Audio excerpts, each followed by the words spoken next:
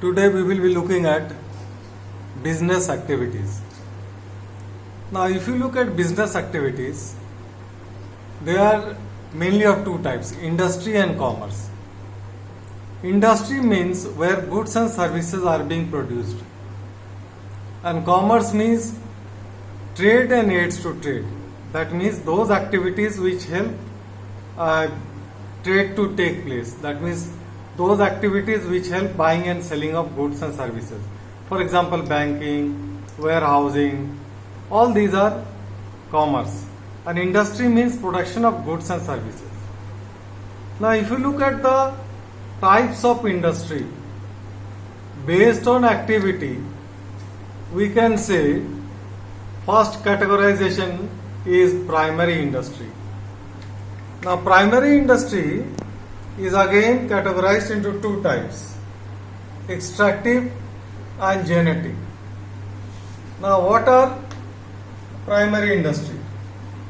Actually, primary industry includes all those activities which are concerned with extracting and processing natural resources. Primary industry again is of two types: extractive and genetic. Extractive industry involves extracting goods from natural resources such as land, air, water, etc. The goods which are extracted and processed are used in secondary industry. Activities which are included in extractive industry are, for example, we have mining. Like in mining, what do you extract? You extract raw, like coal is extracted, other iron ore is extracted. Okay. Then like oil is extracted. Then you have lumbering. Then you have hunting, fishing, etc. And the next type of primary industry is genetic industry. Genetic means parentage or heredity. Thus, genetic industry includes activities which involve breeding of plants and animals for their use in further reproduction. Okay, activities which are included in genetic industry are like, for example, plant breeding, then you have nursery, etc. In addition, activities like animal husbandry, dairy farming, then poultry farming, then pisciculture, they all come under genetic industry. Now, the next categorization is secondary industry. In secondary industry, first we have manufacturing industry. Again, manufacturing industry is of four types: analytical, synthetic, processing, and assembling. Now, what is manufacturing industry? It includes those activities which are involved in converting of raw materials into finished goods and thereby selling them. So, since manufacturing industry transforms raw materials into finished goods, it creates farm utility. Examples of manufacturing industry are like cement, textiles, etc.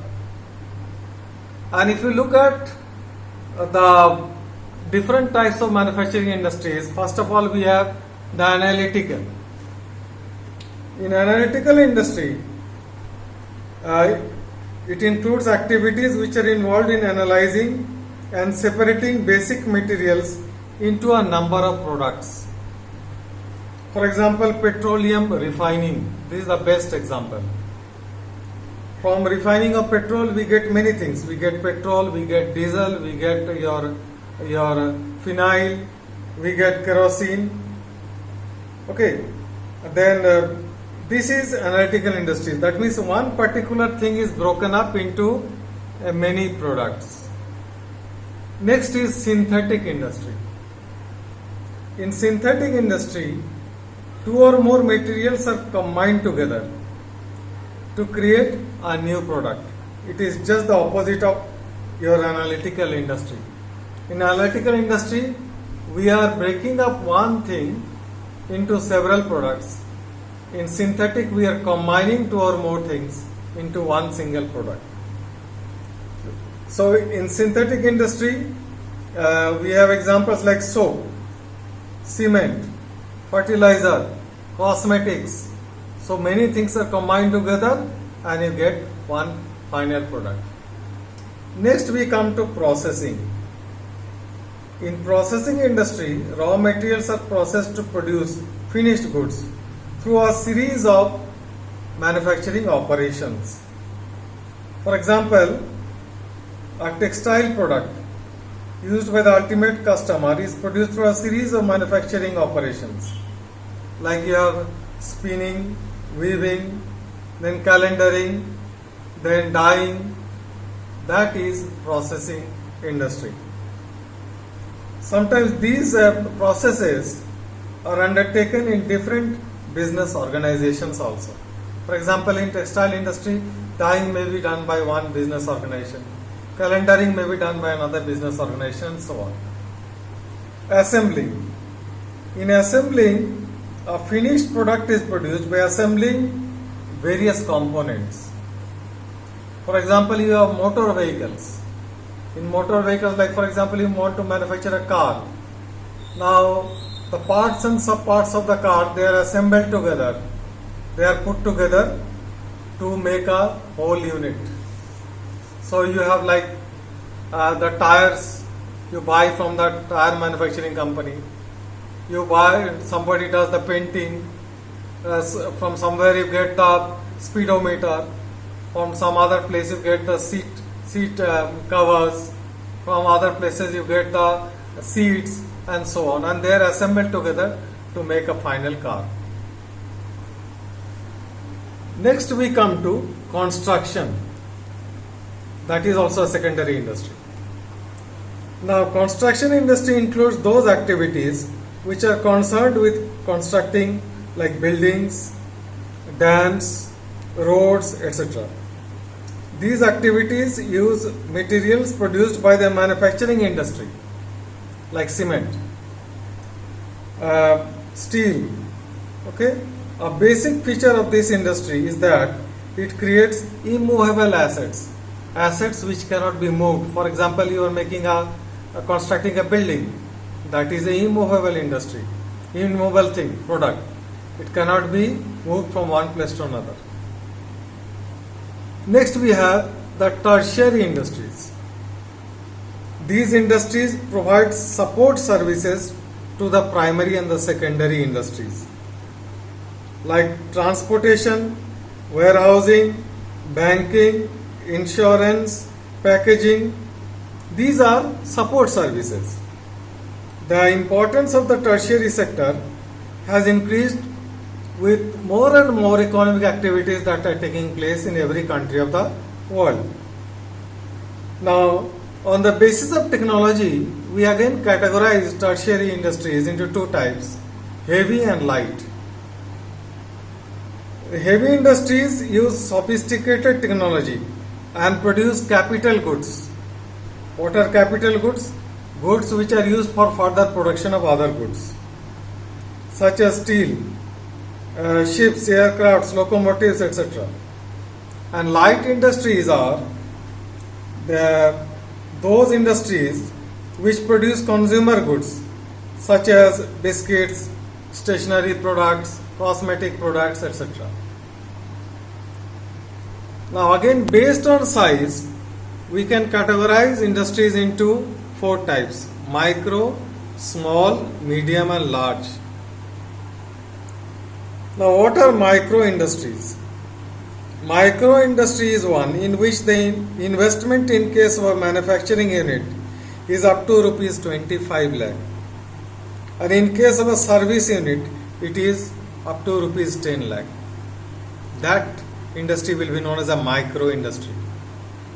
Small industry is one in which the investment in case of a manufacturing unit is more than rupees 25 lakh and up to rupees 5 crore, and in case of a service unit it will be more than rupees 10 lakh and up to rupees 2 crore. In the case of medium investment, in the case of manufacturing unit, will be more than rupees 5 crore and up to rupees 10 crore. And in case of a service unit, it will be more than rupees 2 crore and up to rupees 5 crore. A large industry is one in which investment is more than rupees 10 crore in the case of a manufacturing unit and more than rupees 5 crore in the case of a service unit. So here we don't have any upper limit. It should exceed rupees 10 crore in the case of manufacturing unit, and in the case of a service unit it should exceed rupees 5 crore. So and we also have MSME. In the year 2018, the Union Cabinet approved a change in criteria for classing MSME. What are MSME? The micro, small and medium enterprises. Okay. So it is based on the annual turnover. So according to that classification, micro enterprise will be having an annual turnover of less than or equal to rupees 5 crore. Then small enterprises will be having an annual turnover of more than rupees 5 crore but not exceeding 75 crore. And medium enterprise will be having an annual turnover of more than rupees 75 crore but not exceeding rupees 250 crore. So these are the different types of industries we have, and they have been categorized on the basis of the activity. And